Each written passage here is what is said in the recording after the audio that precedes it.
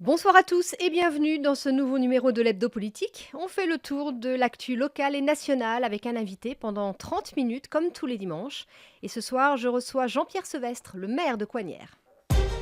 L'Hebdo Politique, Véronique de la Maisonneuve. Jean-Pierre Sevestre, bonsoir. Bonsoir. Et merci d'avoir accepté notre invitation. Vous avez tout juste 70 ans puisque vous êtes né le 6 juin 1946. Vous avez fait carrière comme cadre dans la banque et vous siégez surtout au conseil municipal de Coignières depuis 2001, c'est ça qui nous intéresse, où vous avez tenu plusieurs postes de conseiller et d'adjoint. Le 14 avril 2015, vous devenez maire de Coignières après la démission d'Henri Pailleux qui dirigeait la ville depuis 1986. Je le signale, vous êtes sans étiquette. Et vous êtes également vice-président de la communauté d'agglomération de Saint-Quentin en Yvelines, en charge du sport. Avec vous, nous allons parler de l'actualité de votre ville et plus généralement des placements, sécurité et justement du sport. L'Hebdo Politique sur Sensation. Votre commune, Jean-Pierre Sevestre, s'est dotée en septembre dernier d'une police municipale. 4 policiers et un chef de poste, c'est ça? C'est exact, c'est plutôt 5 policiers et un Cinq. chef de poste parce que nous avons un agent plutôt d'accueil, plutôt administratif, mais qui sera policier municipal également. Alors Donc c'est un poste de 6 personnes, 6 agents. pourquoi votre ville a mis autant de temps à se doter de cette police? Ma ville a mis autant de temps. Ma ville disposait d'une police municipale réduite jusqu'en 2000. Il y a 7-8 ans, effectivement, il y avait une police réduite composée de policiers municipaux. Et mon prédécesseur a considéré que la police pouvait être réduite à des agents de surveillance de voie publique. Et donc, nous sommes restés pendant quelques années avec une police plutôt réduite, avec des moyens plus réduits également et des agents qui disposent de fonctions qui sont limitées.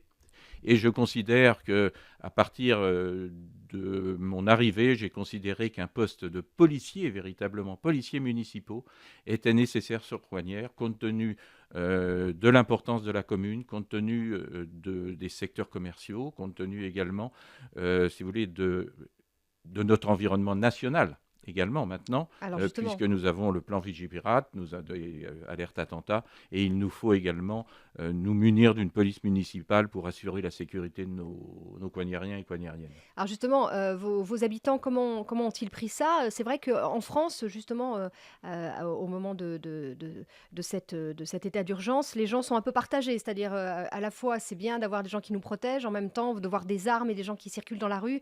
On est toujours un peu partagés. Voilà. Qu'est-ce qu'en pensent vos administrés? Bien sûr, on peut peut-être partager sur la mise en place d'une police municipale, mais je pense qu'actuellement, il faut rassurer nos concitoyens et ce sont plutôt des policiers municipaux qui sont destinés à faire de la proximité auprès de nos citoyens, mais également de contrôler les incivilités qui peuvent se produire et qui se produisent même dans une petite ville, comme c'est le cas de Coignières, une petite ville de 4 400 habitants. Il y a des incivilités, il y a des problèmes de stationnement également, il y a des problèmes aussi de nuisances sonores, de voisinage, et je pense qu'une police municipale doit aller au-devant de la population, au-devant de nos administrés, pour permettre de rassurer, mais également pour permettre d'atténuer les conflits qui peuvent exister. Et donc c'est une police qui sera une police de prévention au-devant de notre population. Ah, vous dites c'est une petite ville. Oui, mais Oui, Coignières, c'est aussi cet énorme espace commercial oui, que bien tout le monde sûr. connaît dans le coin. Est-ce que c'est compliqué à gérer justement cette différence entre cet espace, j'allais dire urbain, et puis ce petit centre-ville? Oui, je considère Notamment, voilà, par exemple, Je, pour ce type je d'exemple. considère toujours Coignières comme une ville urbaine. Voilà, c'est ce que vous C'est-à-dire que dites. nous avons effectivement la moitié en surface d'ailleurs, la moitié de la commune qui est vraiment urbanisée, avec un centre-village, un centre ancien qui est vraiment remarquable. Lorsque vous quittez la Nationale 10, vous prenez tout simplement la petite rue de la mairie, et puis vous arrivez sur la place de l'église et puis la place de la mairie. Et là, vous êtes à la campagne. Vous êtes à la campagne. Et cette Nationale 10 nous permet effectivement d'accueillir sur sa façade des nombres importants de commerces. Nous avons près de 400 commerces sur Coignières et près de 700 établissements industriels et commerciaux en tout.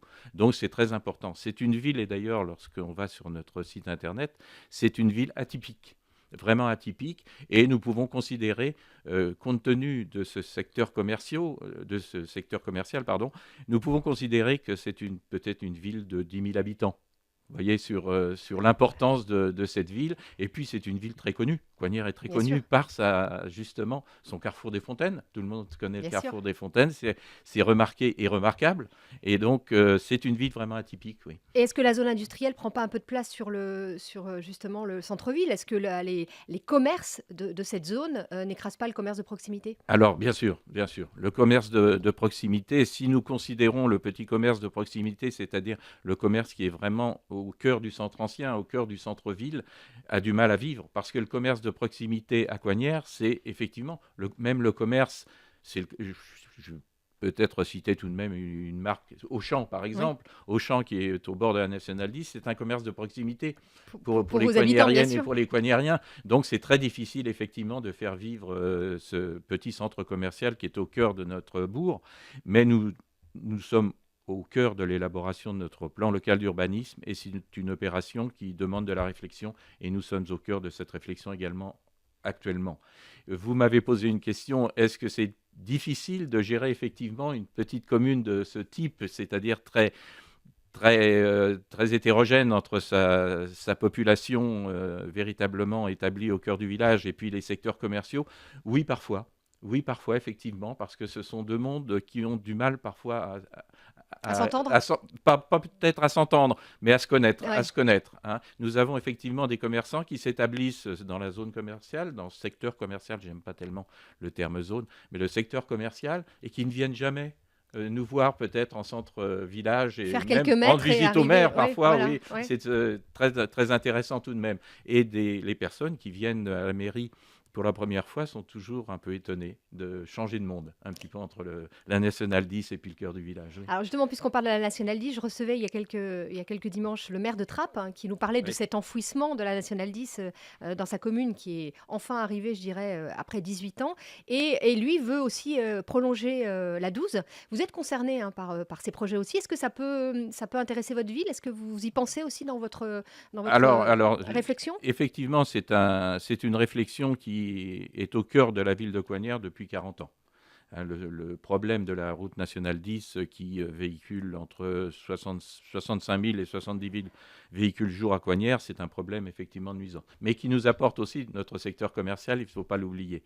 Le combat a été véritablement d'obtenir cette déviation à 12 depuis 30 ou 40 ans et mon prédécesseur s'est battu et je me suis même battu avec lui à un certain moment dans l'équipe municipale pour obtenir cette A12 qui évite le cœur de ville de Coignières. Le maire Guy Malandin également s'est battu, lui, pour l'A12 et puis parallèlement a agi pour avoir l'enfouissement de la route nationale 10 dans sa C'était ville. vraiment son Et but. là, on n'a jamais été aussi près, effectivement, du Oui. début des travaux pour cet enfouissement, qui va être un chantier phénoménal, effectivement. Mais si vous voulez, pendant 30 ans, nous n'avons pas envisagé l'aménagement de la route nationale 10. La déviation A12 a disparu maintenant du SDRIF depuis 2013 et nous considérons, nous, dorénavant, qu'il nous faut nous consacrer à l'aménagement de cette route nationale 10 également pour permettre d'avoir un boulevard urbain, pour permettre d'avoir un trafic beaucoup plus fluide, mais qui permette tout de même d'avoir encore notre cœur commercial au cœur de cette Nationale 10 qui permettent tout de même d'avoir encore ce secteur commercial.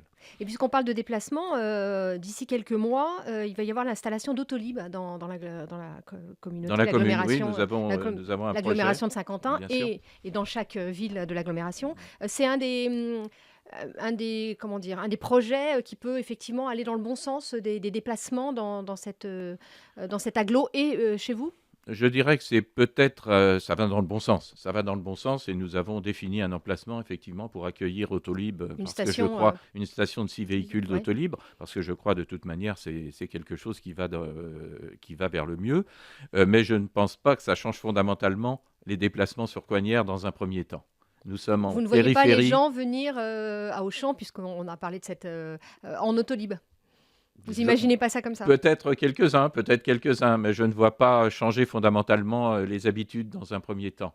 Mais j'accueille favorablement, oui, bien sûr, cette station d'Hôtel-Libre. D'ailleurs, parallèlement, il y a une grande enquête qui est lancée auprès des habitants de l'agglo sur ces Oui, déplacements, sur les justement. Donc, ça déplacements, veut les dire qu'il y a une transports, les transports, ça veut dire qu'il y a bien il y a une sûr. réflexion. Il y a une réflexion actuellement qui est très forte sur les transports sur l'ensemble du territoire des 12 communes, hein, avec les 7 communes historiques et puis les 5 communes qui sont entrées depuis le 1er janvier. Il y a actuellement, Madame Côté-Millard, maire d'Éclès-sous-Bois, En charge actuellement, des en transports charge des à l'agglo. transports, a actuellement cette réflexion avec, en partenariat avec tous les maires de la commune et toutes les équipes municipales pour avancer sur ce projet transport au sein du projet de territoire qui doit être élaboré également au sein de Saint-Quentin. Vos habitants, vous, particulièrement, au niveau des transports, voilà, qu'est-ce que vous Il entendez? y a Qu'est-ce une qui forte pourrait les demande. Il y a une forte demande de transport collectif alors sur la voilà, commune de vous, ça Coignères. serait plutôt, Nous, les bus, les cars? jusqu'à notre intégration, si vous voulez, dans Saint-Quentin, nous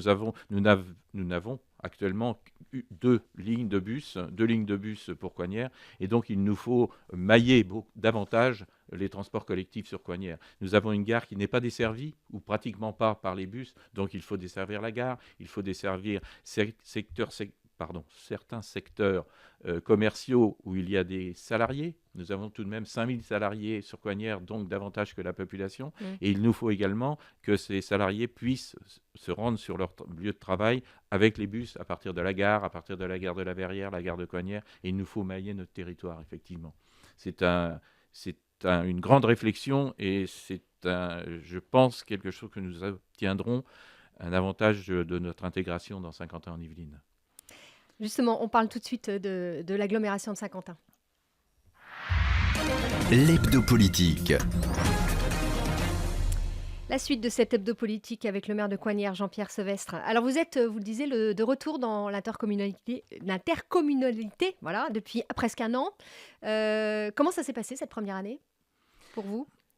C'est une année effectivement d'intégration, c'est une année forte, c'est une année que je pense essentielle pour la commune de Coignères qui est restée isolée, hein, je dirais jusqu'à pratiquement l'entrée dans Saint-Quentin-en-Yvelines, puisque nous étions depuis 2014, c'est-à-dire les 2 années 2014-2015, au sein de la communauté de communes des Étangs, hein, avec le Perret-en-Yvelines, les Essarts, les Brévières et puis Maurepas. Et donc, c'était tout de même une communauté de communes limitée, hein, 38 000 habitants, à peine 40 000 habitants. Et donc, nous arrivons maintenant dans une communauté qui est de 230 000, 235 000 habitants. Nous sommes la petite commune, avec notre population tout de même limitée, mais, comme je disais tout à l'heure, tout de même de plus grande importance compte tenu des secteurs commerciaux.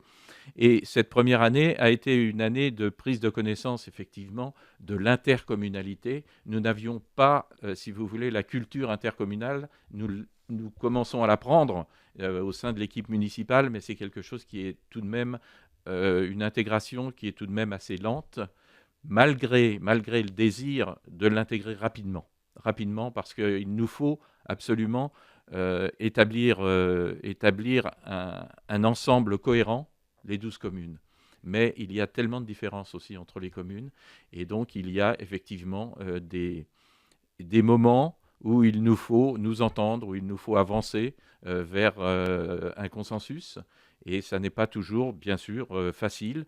C'est passionnant, c'est intéressant, mais c'est aussi parfois stressant, je dois vous dire. Oui, oui, tout à fait, pour une petite commune comme nous. C'est la gouvernance C'est la gouvernance qui est très importante. dont nous parlent tous les invités à ce micro, la difficulté effectivement Voilà. d'être présents tous et de faire entendre sa voix. Qu'est-ce que l'intercommunalité apporte à Coignères? Maintenant, on peut parler au présent puisque vous y êtes. Et qu'est-ce que Coignères peut apporter à l'agglo de Saint-Quentin? Alors, Coignères attend de l'intercommunalité, je dirais, des services supplémentaires. Et nous parlions des transports précédemment, donc je pense que de ce côté-là, nous pouvons avoir des services complémentaires. Il peut y avoir aussi une mutualisation de certains services. Il peut y avoir également une stratégie commerciale commune. Nous avons, comme je le disais, donc un secteur commercial assez étendu, assez important, mais nous avons également des communes importantes, des villes importantes au sein de l'agglomération, notamment Montigny, Voisins et Élancourt, Guyancourt notamment, des communes importantes. Et je pense que nous pouvons, au sein de ce territoire, constituer un ensemble économique très important, attractif. Et je pense que sur même les villes nouvelles qui ont été créées il y a 50 ans, oui, la ville nouvelle à l'époque de Saint-Quentin-en-Yvelines a très bien évolué et nous avons un territoire de qualité.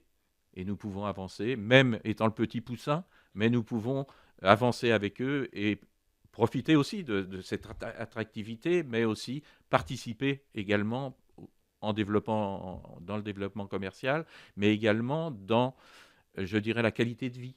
Parce que nous avons au sein du territoire aussi beaucoup d'espaces verts, et nous avons, bien sûr, nous avons encore une zone agricole même, nous avons une ferme au sein de Coignères avec un massif boisé. Donc c'est aussi pour le territoire de Saint-Quentin, nous apportons le côté rural aussi du territoire. Donc il y a un échange, et je pense que c'est pour le territoire autant que pour la commune, je pense que c'est quelque chose qui doit être gagnant-gagnant. L'agglomération de Saint-Quentin est aussi politique, hein, faut pas se leurrer. Bien Je le sûr, précisais, vous bien êtes sûr. sans Je étiquette. suis Alors, sans étiquette. pourquoi je le précise? Parce que c'est assez rare.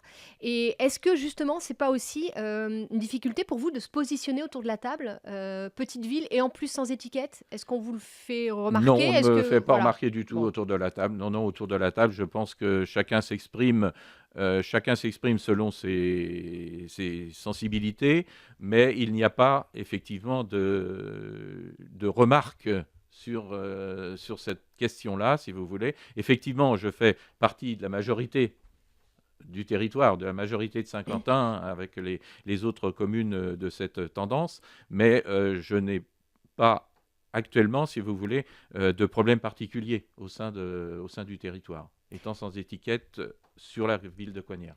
est-ce que c'est un choix vraiment très fort d'être sans étiquette? Encore une fois, je le C'est répète, un c'est choix local, c'est un choix local effectivement, parce que nous sommes une petite commune et il nous faut avancer ensemble. Et je ne pense pas que la politique apporte dans la gestion locale un avantage. Au contraire, je pense qu'on arrive parfois à des positions plutôt dogmatiques lorsque nous sommes très engagés dans des sensibilités. Et donc sur une gestion locale telle que la nôtre, ça n'est pas souhaitable. Par contre, c'est vrai, lorsque nous arrivons au sein d'un territoire tel que Saint-Quentin, avec 12 communes et l'importance commerciale, industrielle, économique de Saint-Quentin, là, je pense qu'il est beaucoup plus difficile de rester dans une gestion plus locale, c'est vrai. Là, il y a des sensibilités qui sont évidentes et des puis positionnements des qu'il faut prendre. positions qu'il faut prendre, effectivement. Et c'est une position plutôt, moi, au sein de la majorité de Saint-Quentin. Tout à fait. Est-ce à dire que vous allez vous engager un petit peu plus vers l'avant dans les prochains mois qui s'annoncent Vous parlez de m'engager politiquement, voilà, par dans exemple les pour la prochains mois, présidentielle, ou pour la présidentielle, par vous exemple. Je ne me positionnez, vous... positionnerai, je ne pense pas politiquement sur la commune de Coignères. Je garderai la neutralité sur la commune de Coignères. J'ai bien sûr une sensibilité de droite, mais je n'ai pas de positionnement sur la commune de Coignères.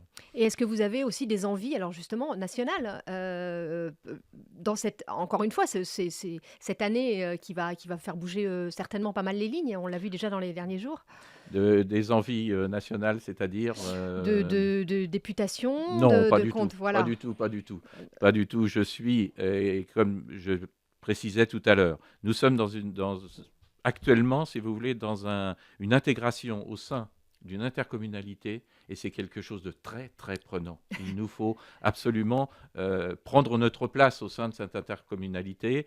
Il nous faut gérer toutes les compétences qui sont transférées. Il nous faut gérer le budget dans des conditions également qui évoluent dans des budgets contraints. Donc, il n'est pas du tout dans mon intention de prétendre à d'autres fonctions. Maire de Coignères, vice-président chargé du sport à Saint-Quentin, je pense que c'est quelque chose qui occupe déjà pleinement mon emploi du temps. Alors justement, parlons de sport, puisque je vous le disiez, vous avez donc la compétence chargée du sport au sein de l'agglo. Il y a plein d'événements qui se sont déroulés ou qui vont se dérouler sur ce territoire, qui montrent que le territoire est donc effectivement tourné vers le sport. D'abord, est-ce que ça a été une surprise pour vous quand on vous a donné cette charge du sport Non, enfin une surprise, non, ça n'a pas. Non, c'était pas une surprise. Par contre, je suis un sportif. J'ai été très sportif, hein. J'ai fait beaucoup de vélo, beaucoup de cyclisme. J'ai fait également de la marche, de la course à pied.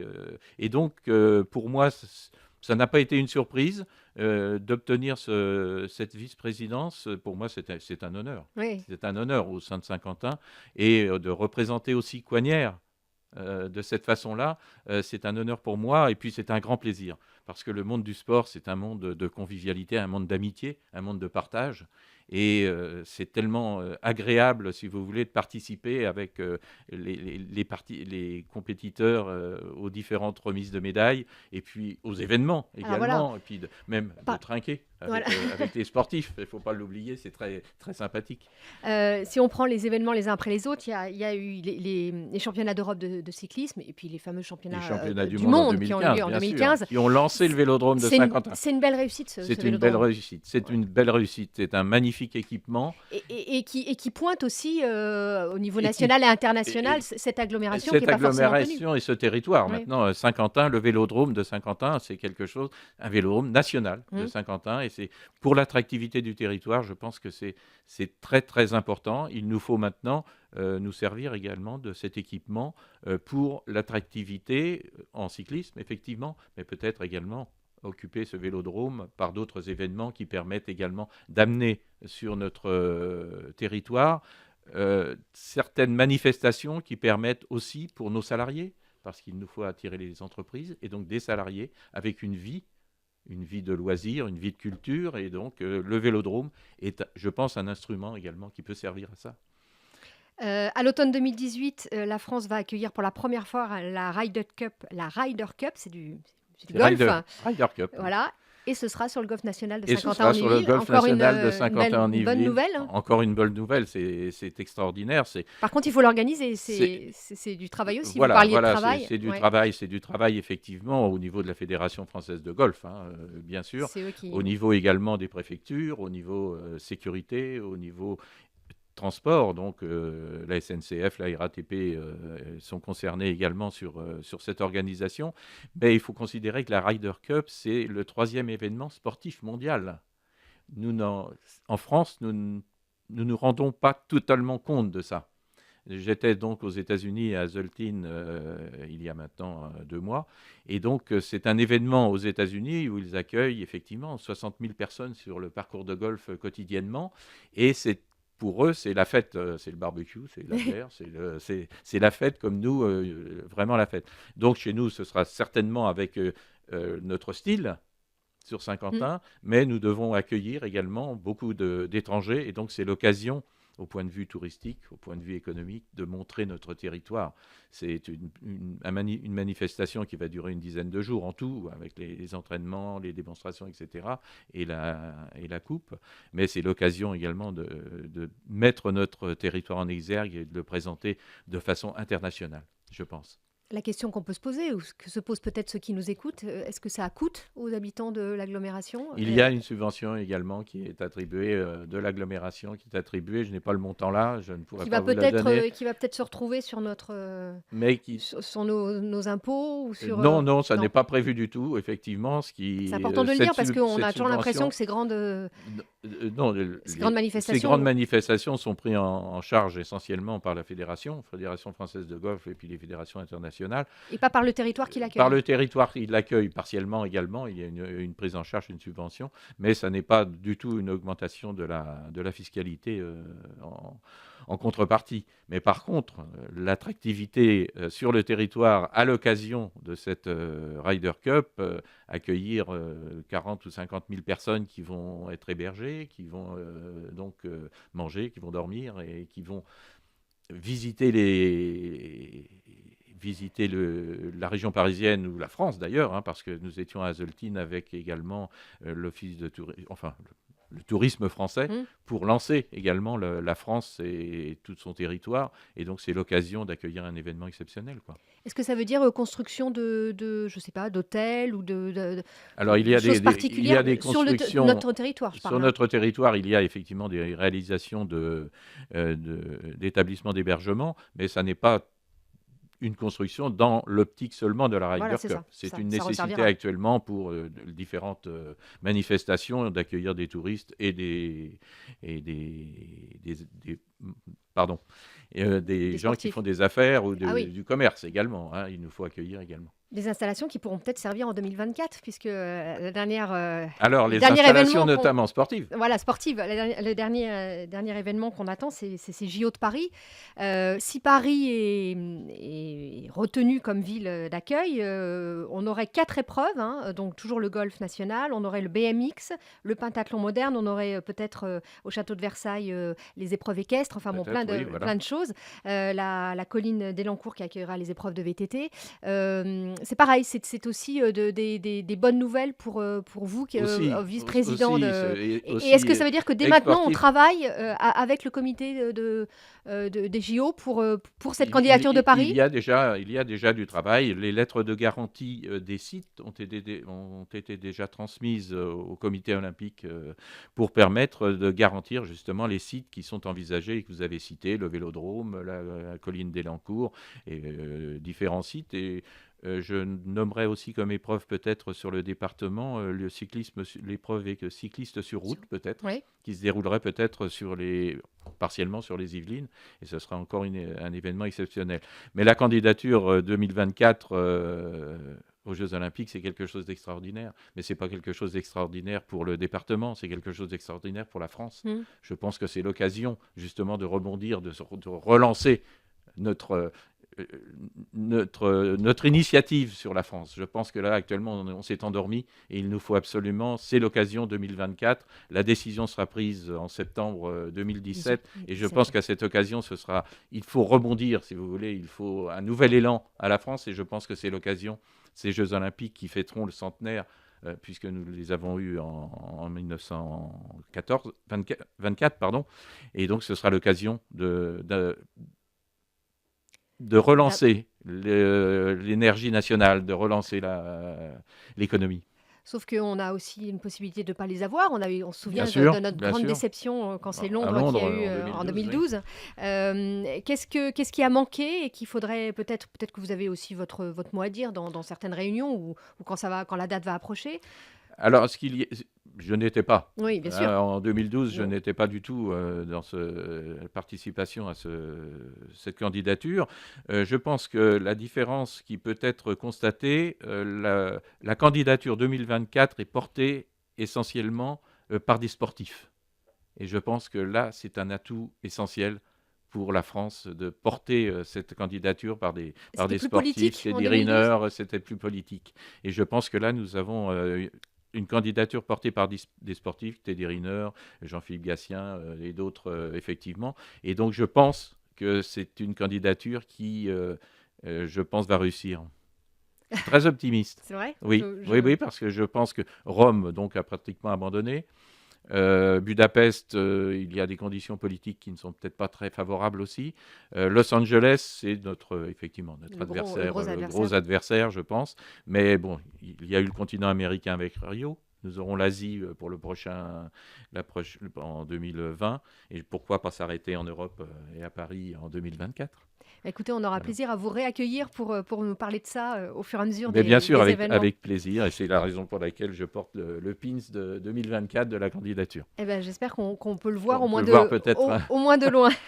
Voilà. Merci beaucoup, Jean-Pierre Céleste, d'avoir été notre invité ce soir. C'est la fin de cet hebdo politique. Vous pouvez retrouver l'émission en podcast audio et vidéo sur notre site internet www.radiosensation.fr. Bonne semaine à tous et à dimanche prochain. L'hebdo politique sur Sensation.